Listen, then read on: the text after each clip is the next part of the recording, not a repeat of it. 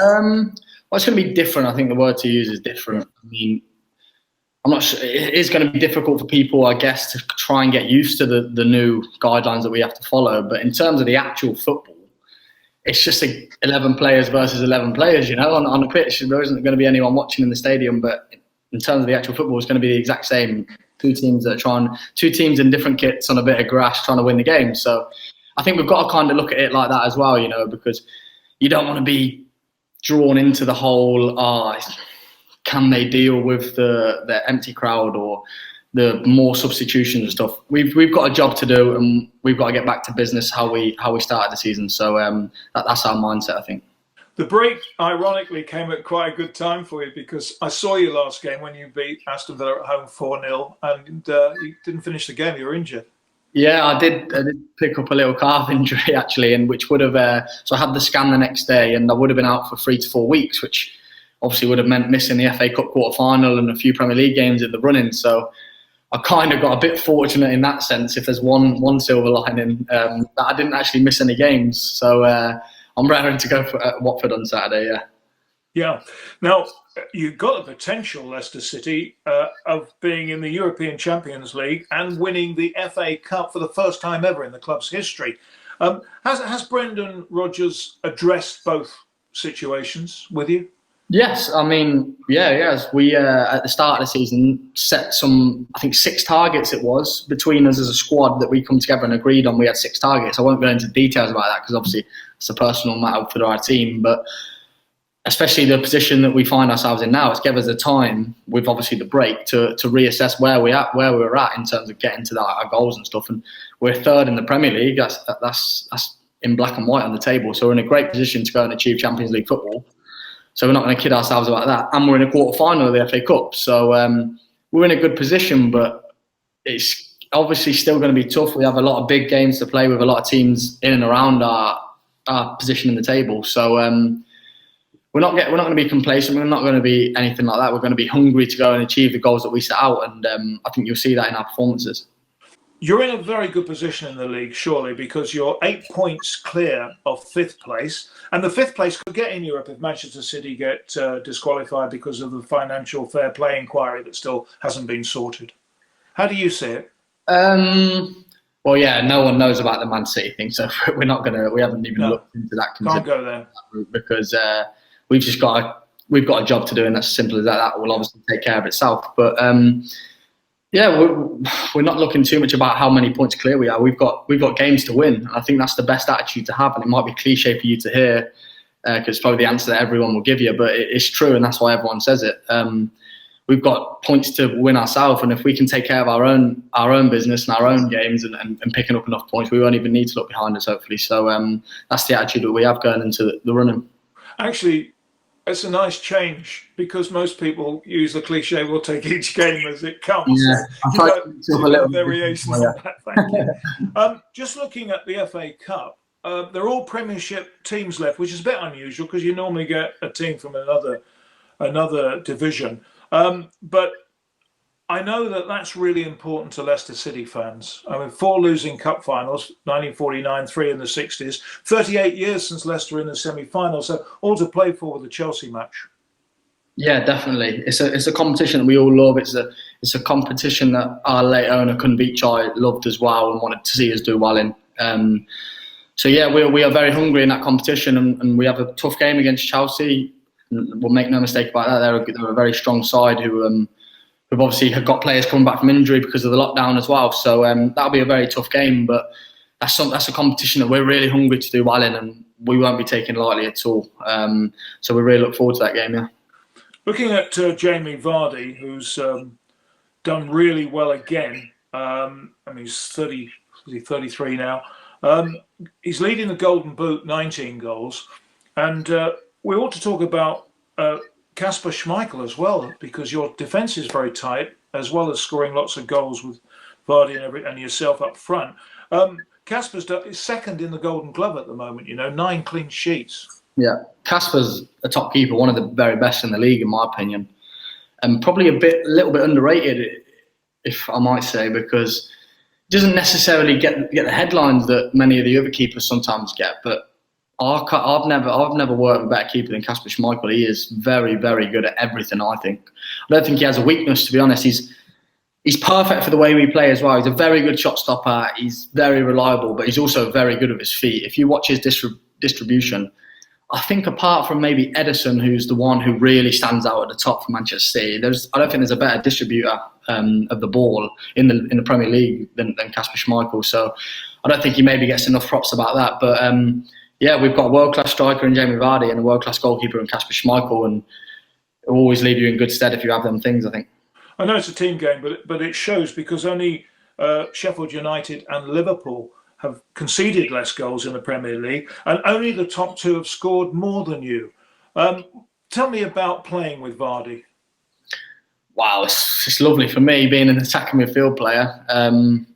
I've said it in all my interviews as well. From the moment I joined the club, one of the big parts of me joining Leicester City as well was the chance, because I know the type of player I am, and I've watched Jamie Vardy in the Premier League for many years now.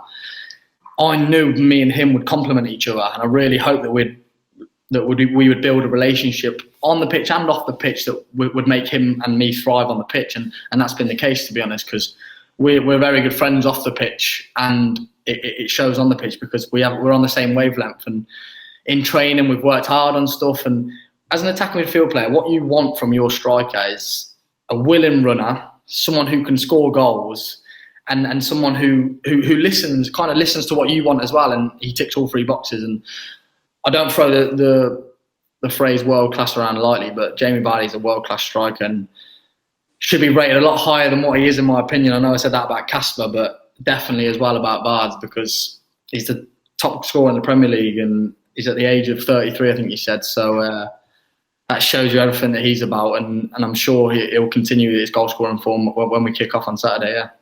Yeah, I mean, 19 goals is a lot. Just looking at your game, has Brendan Rodgers, who seems to have galvanised the team, has he brought your game on a bit as well? Definitely. In what way?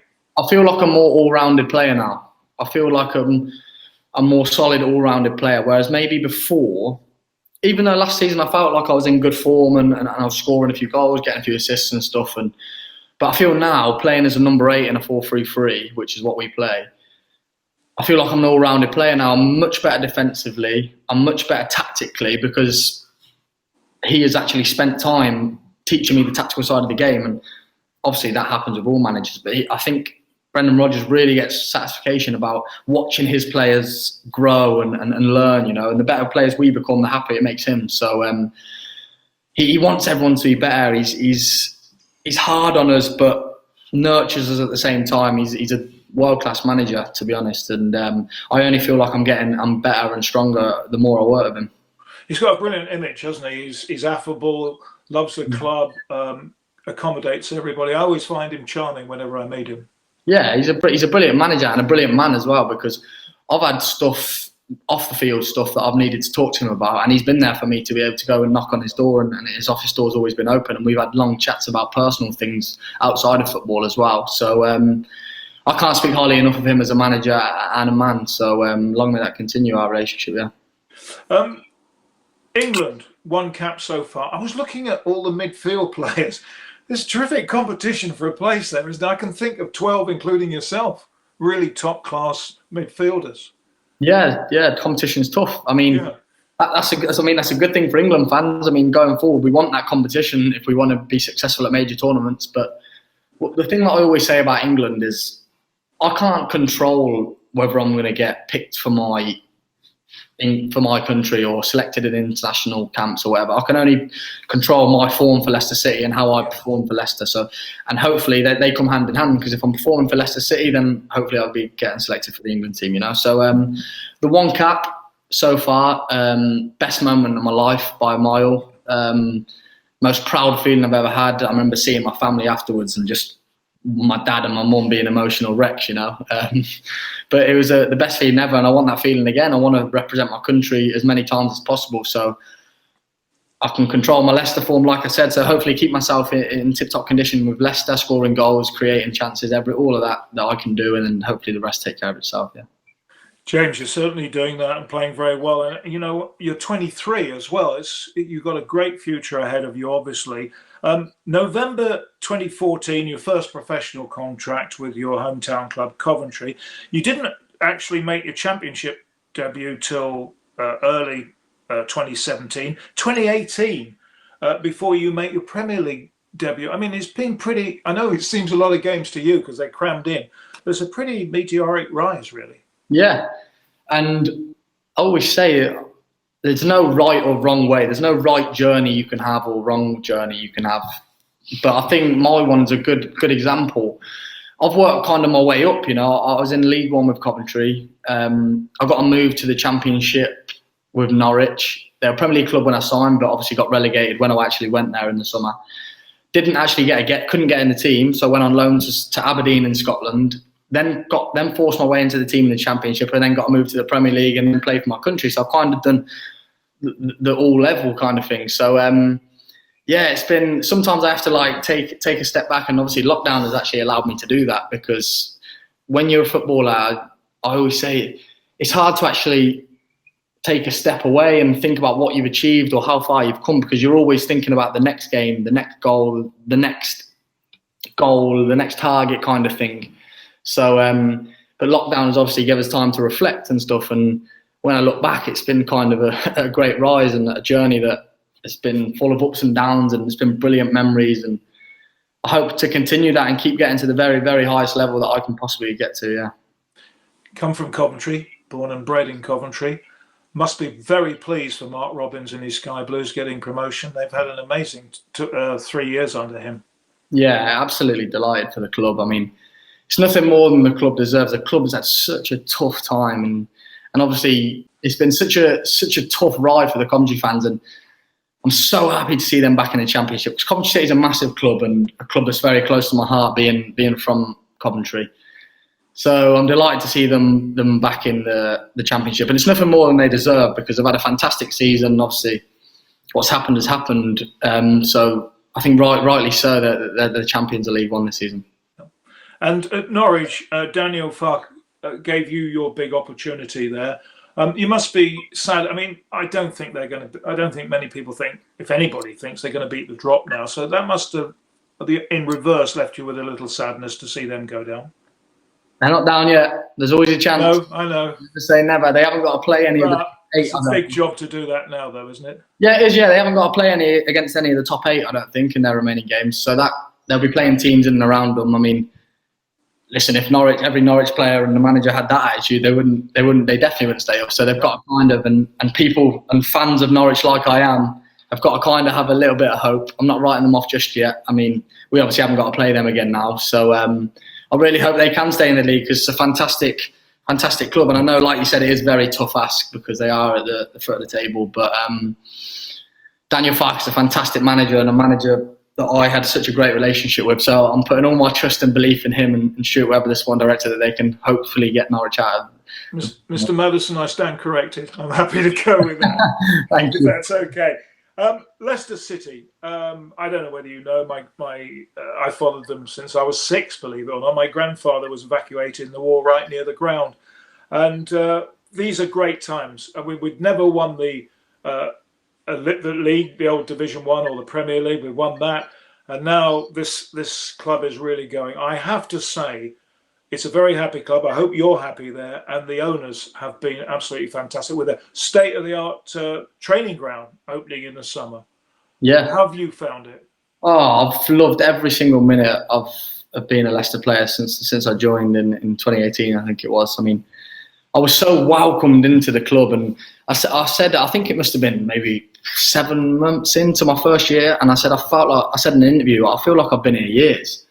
I feel like part of the furniture, because that's how you're made to feel when you join, and that's kind of just an unwritten rule in the club kind of thing. Because now every time a player comes, we all make him feel welcome, whether it's a new member of staff, whether it's a new player, a new physio, a new security guard, whatever it is, we make them feel welcome, because that's the Leicester way. And it's just a fantastic club full of fantastic people, and I'm thoroughly enjoying every minute of being here and representing this brilliant club. So yeah, really enjoying it. I'm really, really happy.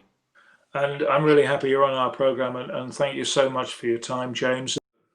James Maddison, besides being a very good player, also a good talker.